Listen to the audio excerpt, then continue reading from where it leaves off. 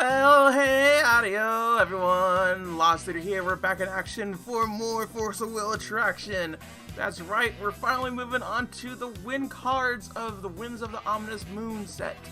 So let's see how broken Win has got.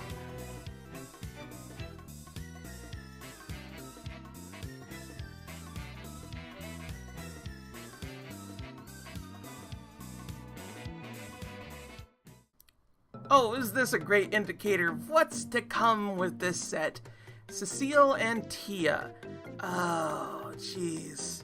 It looks like it's a bad card off the bat with that 4 cost and it being 1,000 attack, 1,000 defense.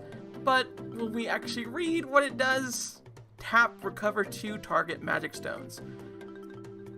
Ooh, that's gonna hurt a lot later on down the road. It also doesn't help that Amo could take full advantage of this card. That's just kind of scary to a wide degree. And then also Farrah could just search out for this card and use it too. So we got that going on. So, you know, just keep it going, right? On top of that, it has an additional effect. You just give it a leaf, and then this card deals 100 damage to target J Resonator. I don't understand why they do this. I really don't understand why Force of Will thinks, like, you know what? Green doesn't have enough abilities on this given card. Let's add more abilities just in case. They want the option, you know? Let's just go ahead and do that. That's kind of the biggest problem I have with green over everything else, is not just the extra bustedness that it does, but also that it gives green more options regardless of what the card actually does, how busted it is or anything. And it's kind of ridiculous to me how they just keep doing this. It's really annoying, and I wish they just stopped doing this. But regardless, this is gonna mean Almo's gonna have like a really good Resonator on hand just to kind of like bust up the mana wheel completely. It also means that you're going to get a lot more burn deck potential for Amo, or a lot more just general like big time Resonators like showing up for Amo to play, and that's just super ridiculous and dumb, and just like, oh god, this is not a good expectation for when we just get started on this. Thankfully, we do slow things down with this card, Fairy of the Holy Tree. Love this card's design. I have no idea why, but I'm gonna guess it's because of the little flower eye patch that I love so very, very much. I don't know what it is. Maybe Dragon Guard 3 just kind of spoiled me on this kind of stuff, but I love that. I love that little effect. It is a 3 cost, and it has 700 attack, 800 defense, and it's a fairy tale. It's a fairy Resonator, not fairy tale. They're different ones. And it just gives you barrier. It gives the player themselves barrier. So this could effectively stop any potential burn decks that may be popping up from time to time. So it's interesting that this card exists, although I don't feel like it's going to be part of the meta anytime soon. Mainly because it's just sort of there, and it's not like you get targeted a lot in terms of cards aside from burn spells. And if that were the case, you would either just go ahead and gain life, or just not worry about it, or cancel the spells. Overall, not the best card to actually have in a deck, but it's a really interesting option, at least. 5th Element, 1 costing elemental card. Pretty cool how they're trying to like get this whole entire, like, I have elements in my hand, so we're gonna try to support elements.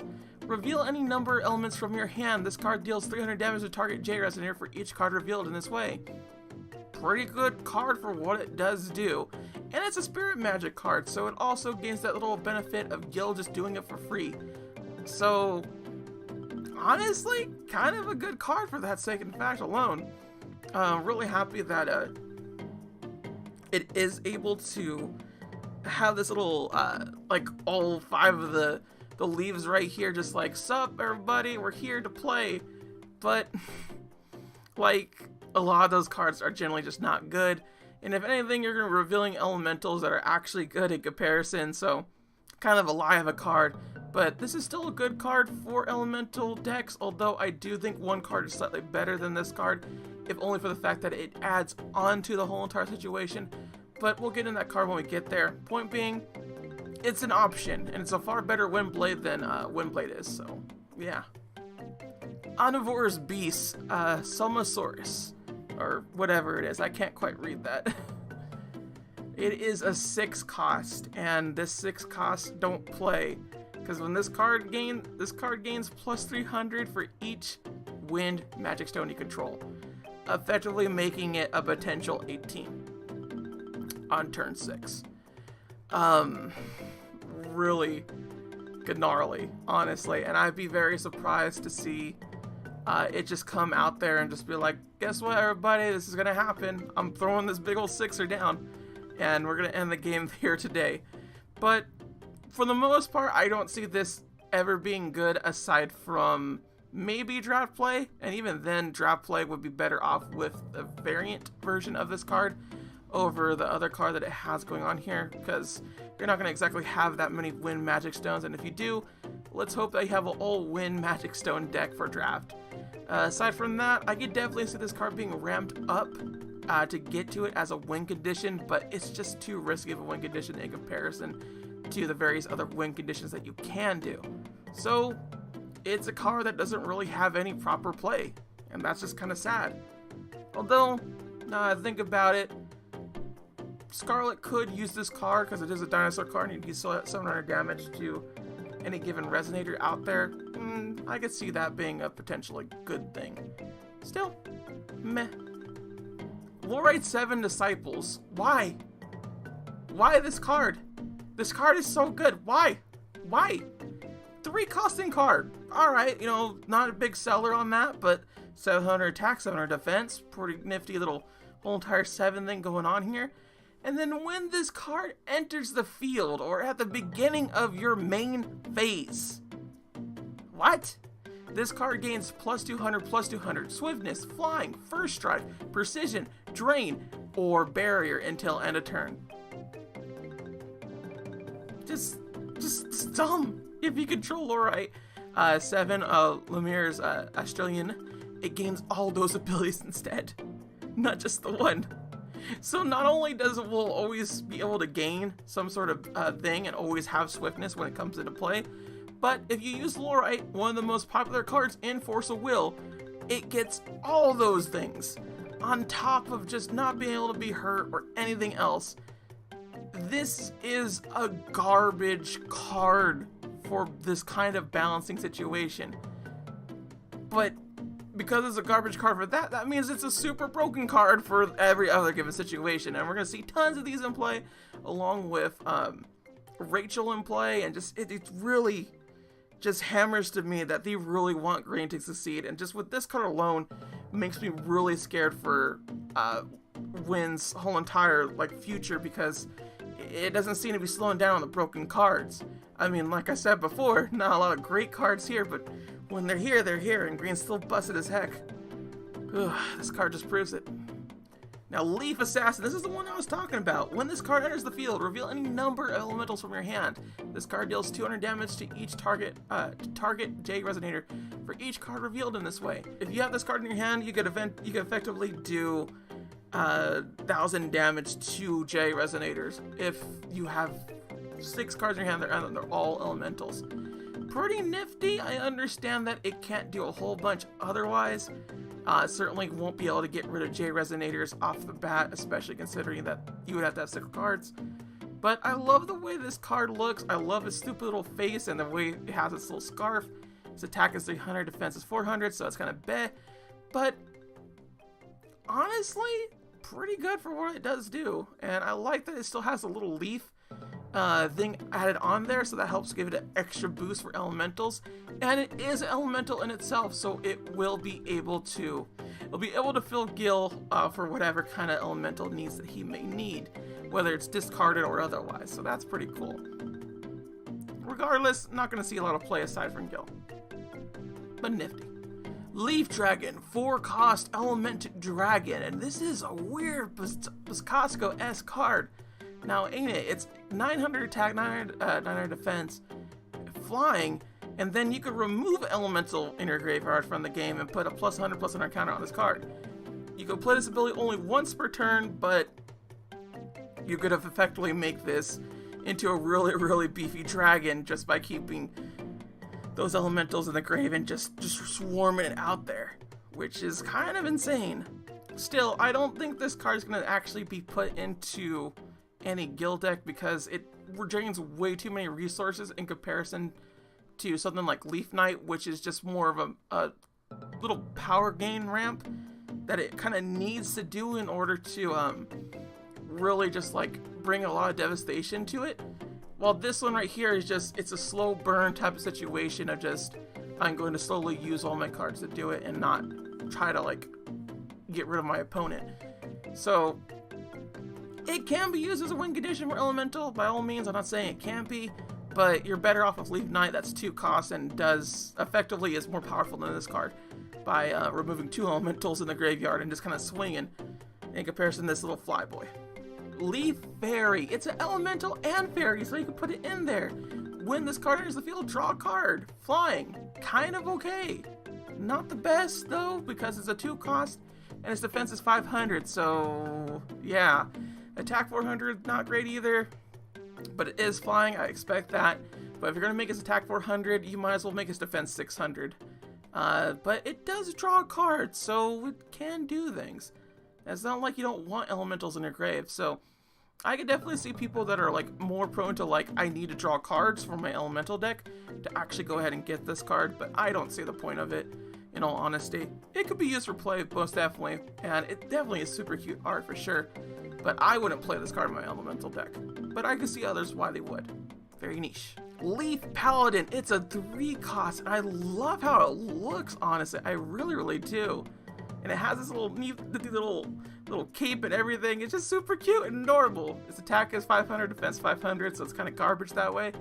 But when it enters the field, you get to search for all the elementals that are like not green effectively and put it into your hand.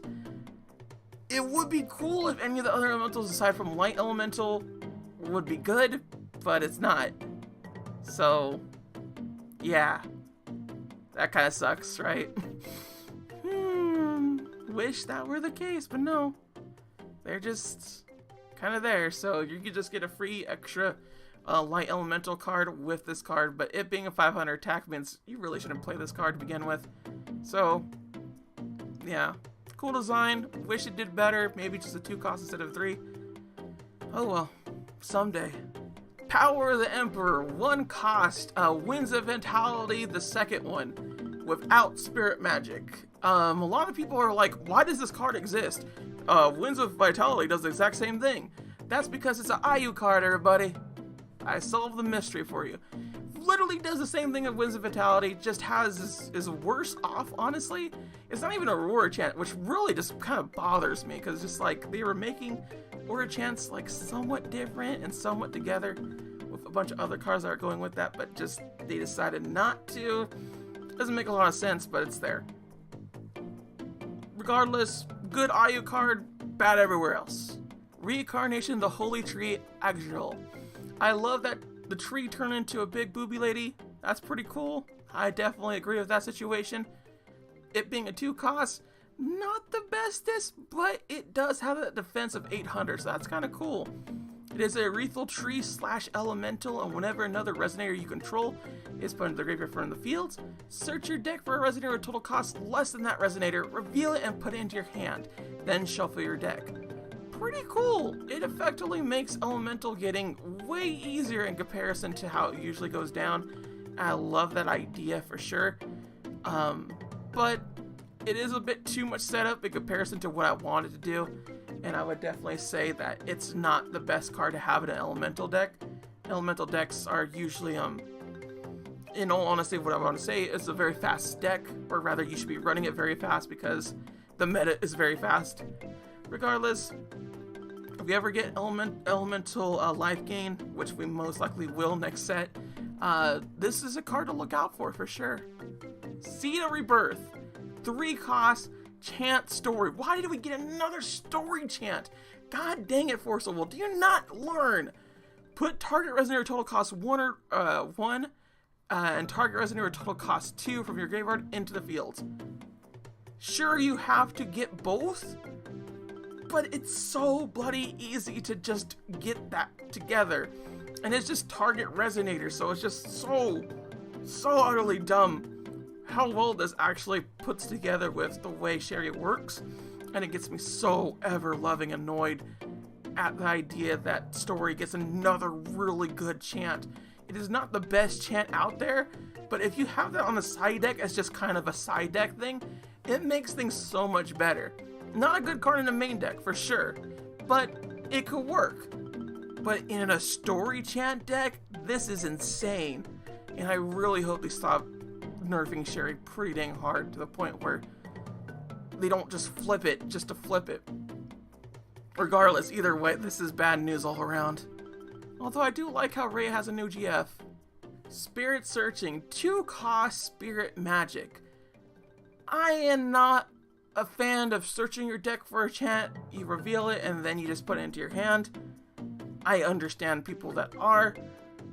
I don't construct my decks that way to where I have to immediately get this card to where I could win.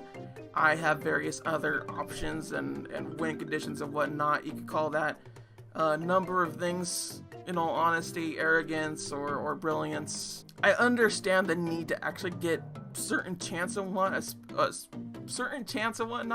in terms of like where to go, and the very fact that it's a Spirit Magic chant also means that Guild could do that too, but it's just not the best.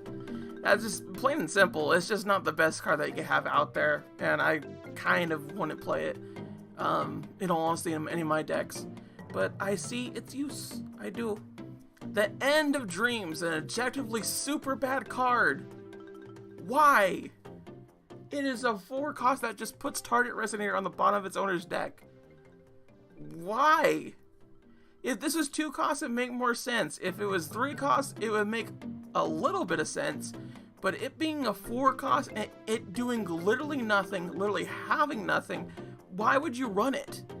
There's no reason to run it. It has amazing art. I wish I could play it just for the art, but it's hot garbage. Full out, right out. Makes me sad. The Last Audience. Why force a will? Why do you do this? It gets me very annoyed and hot and bothered when you do this kind of stuff where it's just like, you know what, Sherry needs more help. Let's give another doll resonator, and let's give it a 1 cost, and let's go ahead and have your opponent have to attack this card or have to block this card if they're able to. So if that IU gains precision, you could just play this card to like negate it attacking you from the flying because it has to attack that card. That is so stupid and dumb, and I hate this card because of what it reps. Quit casting dolls so easily and just Sherry being able to construct so dumbly. Like, that's the biggest problem I have with a lot of Sherry cards, is just there's no proper way to like combo as there is just it being fed to you in comparison. It hurts me with this kind of cards like that. Regardless, this is an amazing card. I think a lot of Sherry decks could use it, especially considering the new chant that gets 1 costing resonators out into the fields and whatnot. So you get a lot of combos going on there, and it's kind of ridiculous otherwise. On top of that, you can also make opponents attack or block this card if they are able to. So you could do this, and then you could go ahead and have your bigger hitters go out and attack. And it's kind of cool. If this would have been a Resonator non-doll card, I would actually be like, hey, this is a pretty cool card, I want to use this. Also, why is it defense 700? It's a 1 cost. It doesn't need 700 defense. I don't care what its attack is. 700 defense is ridiculous. These are the reasons why people hate green. Ugh. Time Composing Elf.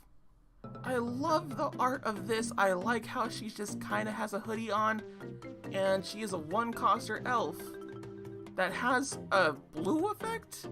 Basically just tap and look at the top card of your deck. You may put it on the bottom of your deck. Kind of cool, but also super useless, honestly. There are better cards out there, like Approaching the Truth, that just do a far better job of this in comparison to the Time Composing Elf, but whatever. This really should have been an automatic ability more than anything else, if it wanted to be something good.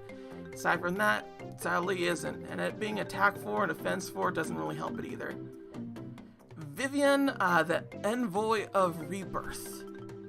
3 cost, 6 attack, 5 defense. Fairy. Why do they do this kind of situation? With the defense being 5, it's kind of weird.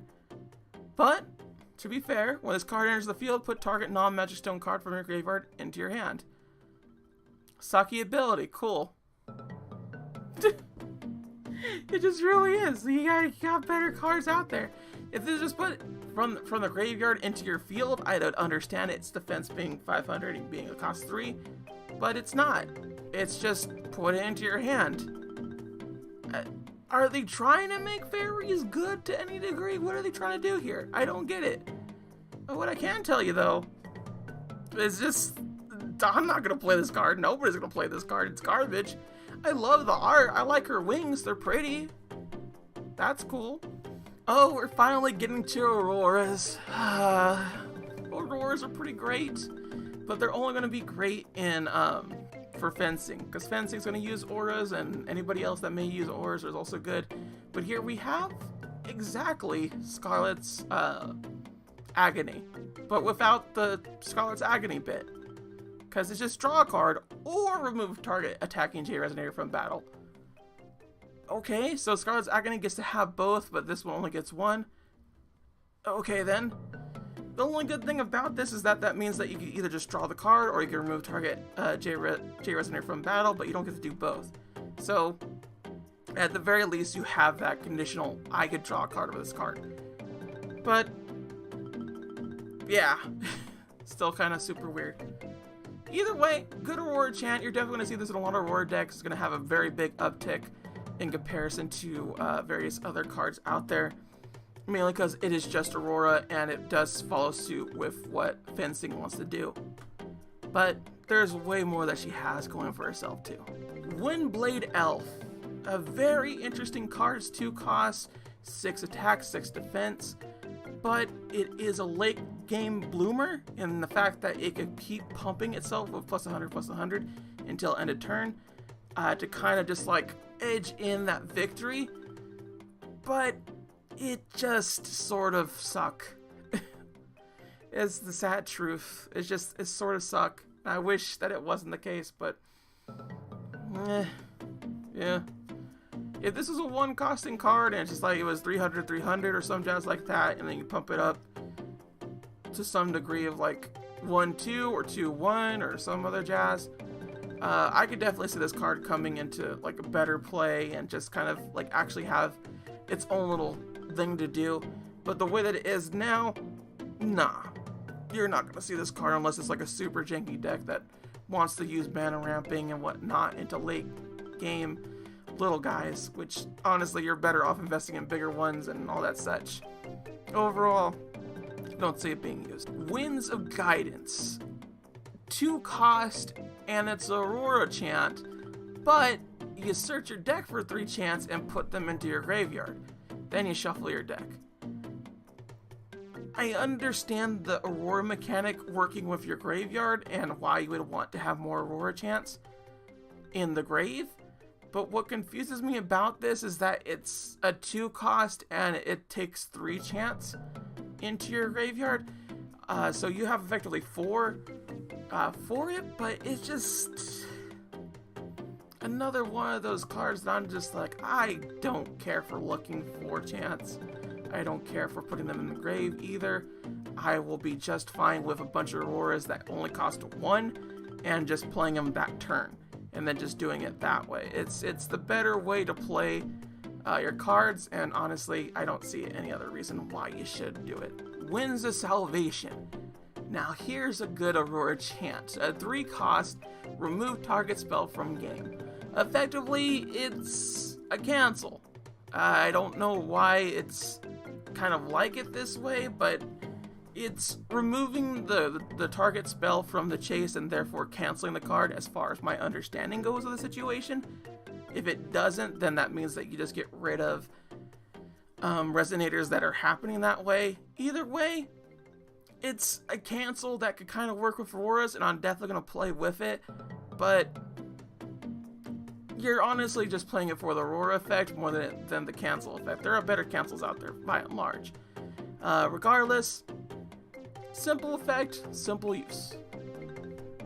Also, we have our standard variant, the Aurora's Beast. Some more Auroras. It has that 12 attack, 12 defense instead of the 0 attack. And it gains plus 100 for each wind magic stone you control. So it will effectively be the same strength if you summon it with 6, regardless of what. But the 0 attack one will be better off once you get your 7th stone, or this card will be better off if you summon it with less stones than you should have. So it's a nice little double play going on there, but like I said before, if you're investing in already a 6 card, there are better 6 cards that you can invest in comparison. So it's not really going to be super great to do, but it's interesting, at least. It very is. But yeah, that's Leaf for you. That's Win going at it once again and just kind of somewhat breaking the game. But thankfully they do focus on the elementals enough, and they, for some reason, started to focus on fairies. And while all the fairy and elemental cards are at least underwhelming and at most kind of useful, I kind of wish that Force of Will would start understanding to balance their cards for the other more stronger stuff. The stronger stuff like Sherry and Lorite don't need to have extra boosting power. They don't need extra options. You give it one good effect and then you leave it alone.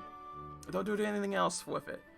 The reward chants so far, I will say, are probably the most balanced of all the archetypes that are done in Win, for sure. But it still doesn't mean that that J-Roller isn't powerful, as we'll get talking to once we hit that little stride. Aside from that, it's at least better than what it was before, and Win is at least being toned down to maybe like a smidge. Well, till then everybody, thank you all for watching this video, and I hope you liked it. If you could share this video, please do, and I shall see you all later, okay? Sayonara, bye bye.